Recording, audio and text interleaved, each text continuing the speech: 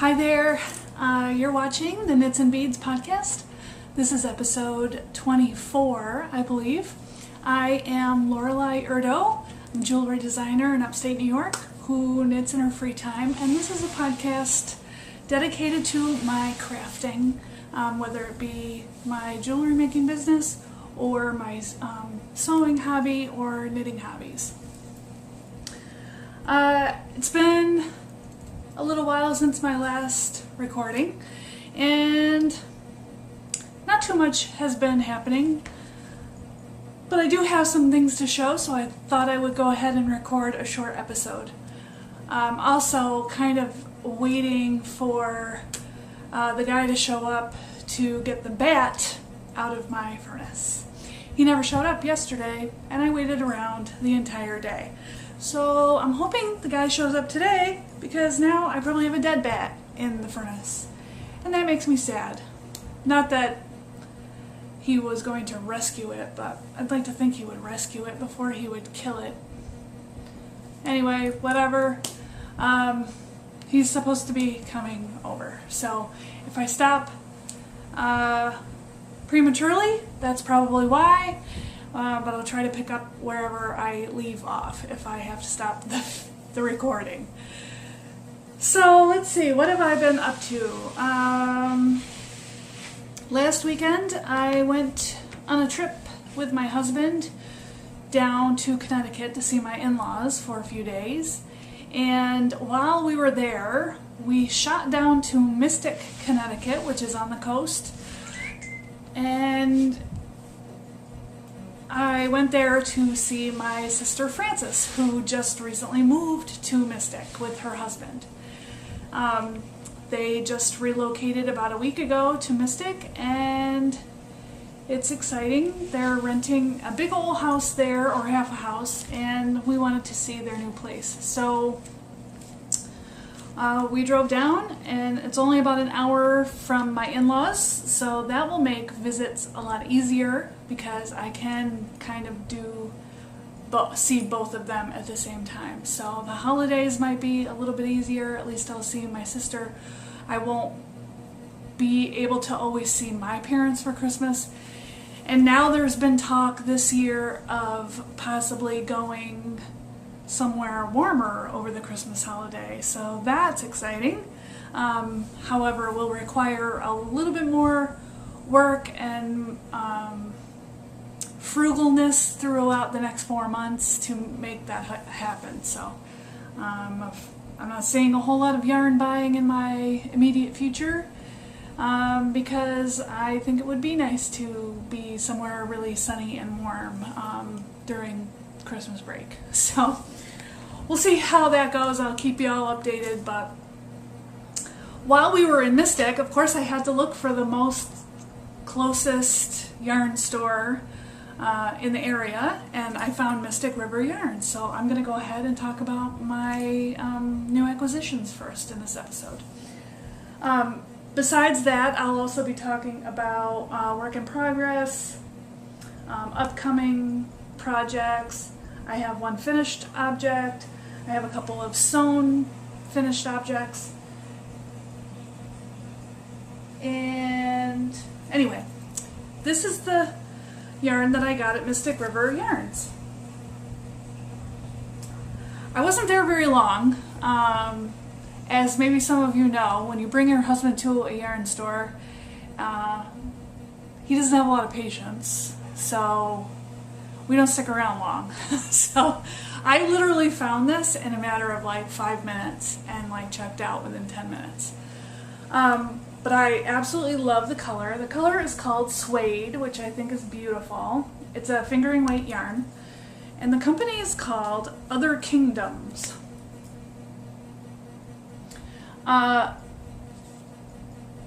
These are 100-gram skeins. It's a semi-solid. The color is called Suede, and it's a superwash merino nylon mix. And they're a pretty good match too. And actually, this is a lot of yardage. This is 460 yards a skein, so that's pretty good. I figure I'll be using this with another color or another several colors, but I just haven't figured that out quite yet, but it looks like a really nice yarn to be knitted up. Probably a shawl or some sort of thing like that, so I was happy with that. The shop was fairly small. They didn't have a whole lot of kind of interesting hand-dyed or indie dyer type things. They had a lot of Barocco and more commercially available yarns there. And while I was in there, there was I think there might have been a class going on, so that was a little bit awkward, but whenever I've ever gone into a yarn store, there's always people in there knitting, which is kind of nice. It's a little bit different than a bead store, because you don't always, you know, walk into a class or walk into people hanging out and beading. At least not the ones in my area, which I don't have any more anyway because they've all closed. Very sad. The only other acquisition that I have, and I figured I would show you, this is a spoiler alert if you are a member of the Fiberista Club. I'm going to show you my recent acquisition from the August colorway, or maybe this is the July colorway. I'm not sure how they plan it out, but it's the cat's pajamas, and the yarn came in this nice little tote. There's a nice little card kind of describing the yarn, and this month's swag is this project bag. And the patterns have been released to all members via email. I got that email yesterday, I believe. So, this little card. Spoiler alert, look away if you don't want to see the cat's pajamas. Cat's in pajamas, actually. Oh no, it says the cat's pajamas, but this says cat's in pajamas. I don't know. This is the one that I got. So it's a beautiful jade green color. This is called Russian Blue DK, 100% superwash merino. It looks to be a single, but it's not my favorite. But it might be good for a hat. So I think I'm going to hold on to it and see what I can come up with. The colorway is called Emerald City. It's pretty soft. I think it'll be a cool hat. I've been noticing some really cool hats with kind of cabling on them that I definitely want to try. So this might be for that, or maybe some matching mitts. It'll be a pretty color in the winter, and possibly gift knitting also.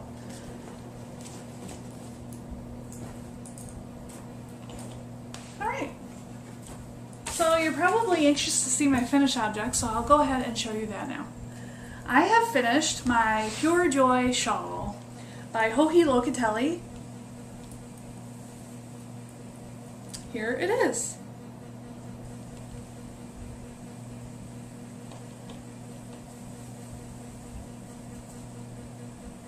It blocked out so nice and big. I used this light green is Skein yarn. This dark navy blue is the Plucky knitter. The Skein yarn, the colorway is Seaborne, which I believe was a one-of-a-kind colorway. And the Plucky knitter colorway is called Overcoat. And my favorite thing about this Skein yarn, which I don't know if you'll be able to see it in the video, but every now and then there's a little pop of color, like red and yellow.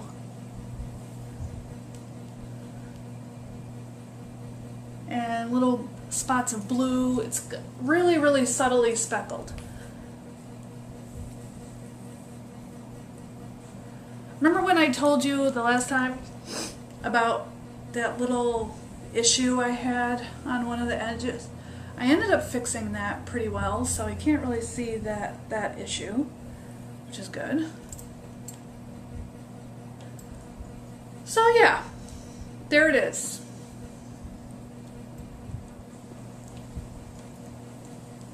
Not sure how I feel about it. I think I'm going to gift it for Christmas to one of my friends. or family. I don't know. I don't know yet who I'm going to give it to. But there it is. It was a nice project to work on. I liked the garter. I liked working on these kind of eyelet stripes. Those were fun. But this blue section took forever. I mean forever. So I'm kind of glad that it's off my needles, and now I'm just looking for a new shawl pattern. I have kind of been thinking about maybe doing Elizabeth Berg's MoonRaker, and it's a garter stitch shawl, but it has a kind of a flower pattern, these flower kind of stripes in it, and you can use several different colors if you want. But I just have been having a hard time coming up with the colors from my stash. I have a lot of fingering weight yarn, and I don't know if any of you have this problem, but some of my yarns are just a little bit a different texture, or you know, some are kind of a smooth sock and some are kind of a high twist sock. I'm not sure how it would be to mix those together. As long as it's all the same weight, it probably doesn't matter too much, right? But anyway, I don't know. I just can't seem to decide. And I always go through this whenever I'm getting ready to start something new. It takes me a really long time, like sometimes 4 or 5 days, to like really commit to one particular project. I don't know why I do that. It just takes me a really long time to decide what I want to work on, because I feel like knitting takes so long, and if I don't make the right decision, I don't want to end up having to frog something that I'm not enjoying. So there's always that extra pressure on like picking just the right project, and then trying to find the yarn for it too is always a, you know, it's always a process. So that's all I've got for finished objects at the moment. As far as works in progress, I can show you that. I can show you my Venta. I'm getting down to the last little bits of my second skein. I have one more skein of the this is Madeline Tosh sock in the Flycatcher blue colorway. I still have quite a bit to go on this. It feels like I'm getting closer though, at least. Let's see how I can show this to you without coming off the needles here. Here's where I'm at now. It's quite a bit. Lots of stockinette, and then here's the lace panel, which hopefully will get nice and stretched out once it's blocked.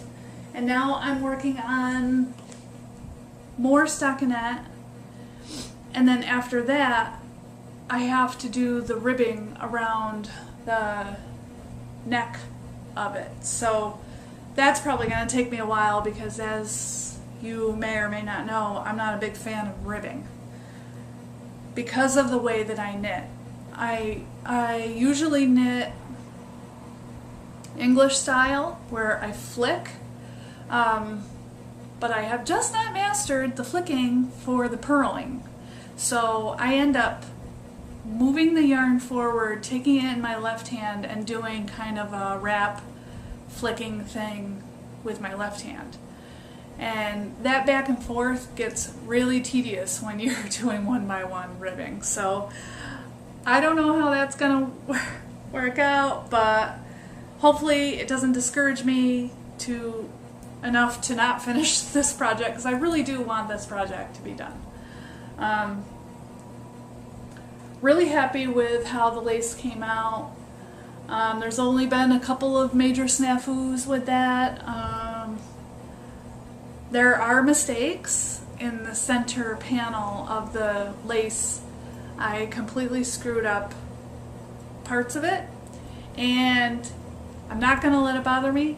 I just kept going, because it is more stress to rip back than it's just not worth it. So I decided just to keep going, and I'm just going to enjoy it no matter what. So it's probably not something that people will notice too much. I'll see if I can kind of zhuzh it a little bit so it's not so completely obvious, but for the most part the lace came out great. And the stockinette is just really boring and takes a really long time, but I'm getting through it. And so I may have this done by the next time I upload a new episode, so that would be exciting to show off. I'm excited. This is going to be my first garment using a fingering weight yarn. And I think I'm going to try eventually doing a featherweight cardigan or something similar to that with a fingering weight yarn. In fact, I would definitely consider using this Tosh sock again because it's really nice. Although I was watching Amy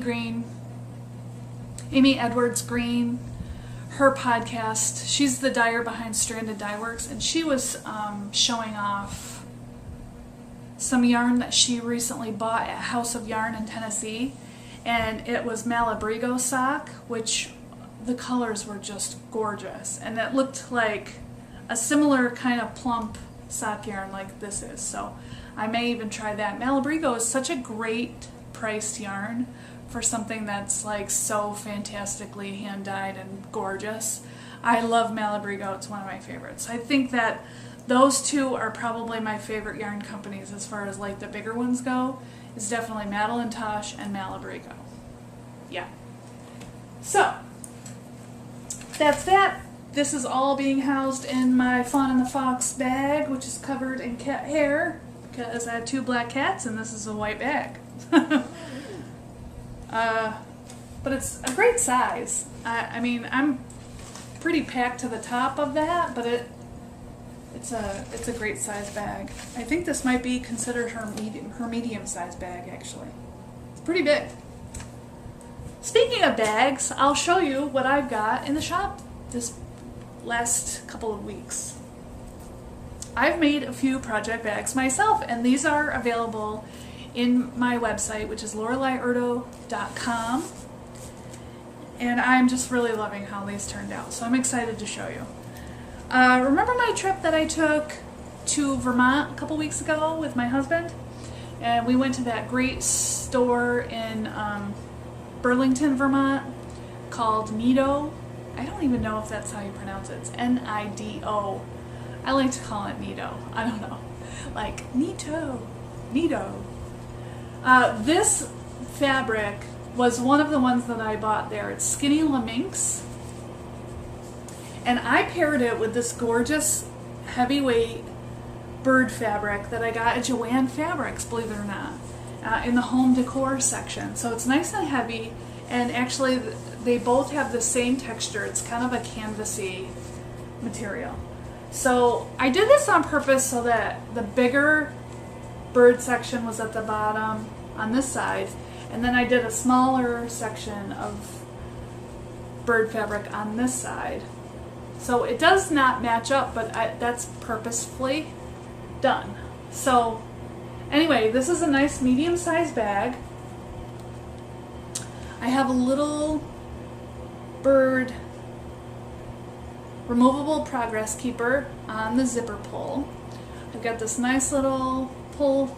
It's kind of a hold tag. It's not really like enough to put around your wrist or anything, but if you wanted to clip a D-ring on there and hang off some things that you need for your project, that works.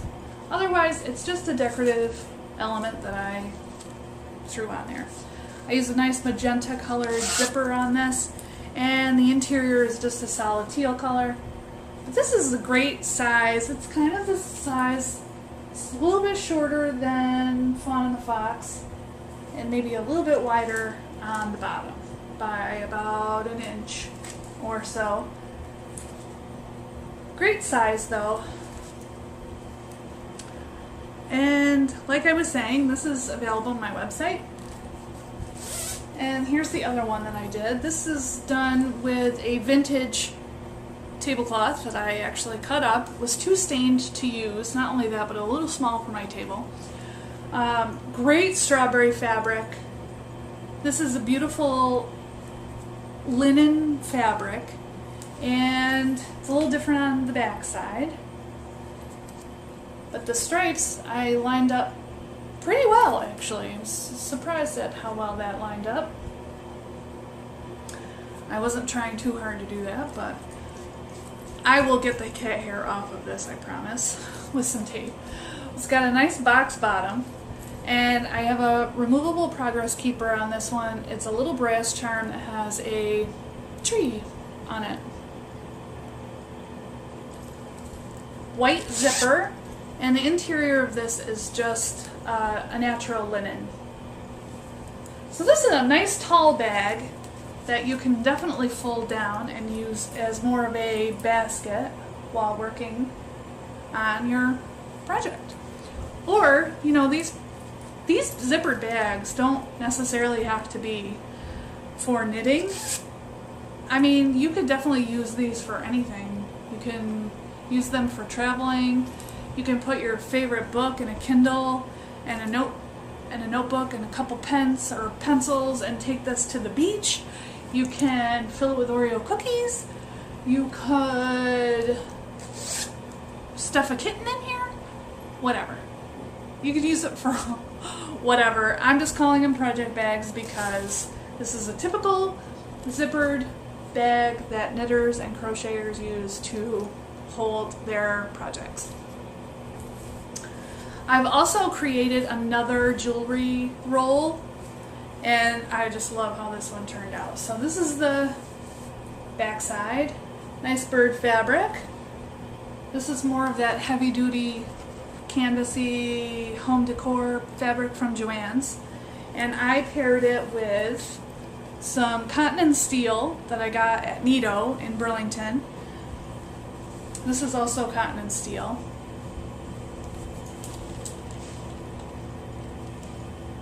And these colors play off the colors in the main fabric, which is why I chose them. This jewelry roll has woven ribbon to hold your jewelry, and then pockets down below to store the focal section. It's got a riveted leather trim earring holder here with little pockets to hold longer earrings, and a nice little zippered pocket that you can throw in rings or bangles or whatever you have.